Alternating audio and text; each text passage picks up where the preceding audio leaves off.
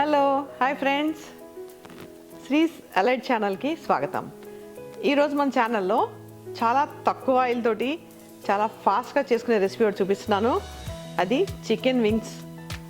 ఆ చికెన్ వింగ్స్ని మీరు ఎయిర్ ఫ్రైయర్లో చాలా తక్కువ ఆయిల్ తోటి ఈజీగా చేసేసుకోవచ్చు.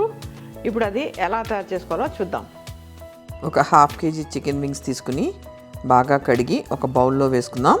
దానిలో 1 స్పూన్ సాల్ట్ వేసుకుందాం. అలాగే 1 స్పూన్ కారం కూడా వేసుకుందాం. 1 స్పూన్ పెరుగు కూడా వేసుకుందాం. 1 స్పూన్ అల్లం వెల్లుల్లి పేస్ట్ వేసుకుందాం. 1 స్పూన్ జీలకర్ర పొడి వేసుకుందాం. అలాగే 1 స్పూన్ ధనియాల పొడి వేసుకుందాం. 1 స్పూన్ గరం మసాలా వేసుకుందాం. అలాగే కొత్తిమీర కూడా కట్ చేసుకుని అన్నీ బాగా కలిసేట్టుగా చేతితో కలుపుకుందాం. ఇలా మ్యారినేట్ చేసిన చికెన్ని 2 అవర్స్ పాటు పక్కన పెట్టుకుందాం. చికెన్ చక్కగా చేతితో కలపటం వల్ల మనకి వింగ్స్లోకి ఆ జ్యూస్ వెళ్ళి టేస్ట్ బాగుంటుంది. పెద్దగా కష్టం లేకుండా ఎవరైనా చాలా ఈజీగా చేసేసుకోగలిగే రెసిపీ ఇది. ఇప్పుడు ఎయిర్ ఫ్రైయర్ బౌల్ తీసుకుని దానిలో అల్యూమినియం ఫాయిల్ వేసుకుని ఆయిల్ స్ప్రే చేసుకుందాం. తర్వాత ఒక్కొక్క పీస్ని తీసి బౌల్లో నీట్గా పేర్చుకుందాం.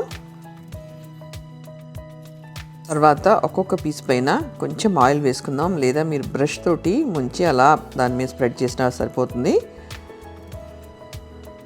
ఇప్పుడు దీన్ని ఎయిర్ ఫ్రైయర్లో పెట్టుకుని 360 దగ్గర టెంపరేచర్ సెట్ చేసుకుని 20 మినిట్స్ పాటు బేక్ చేసుకుందాం.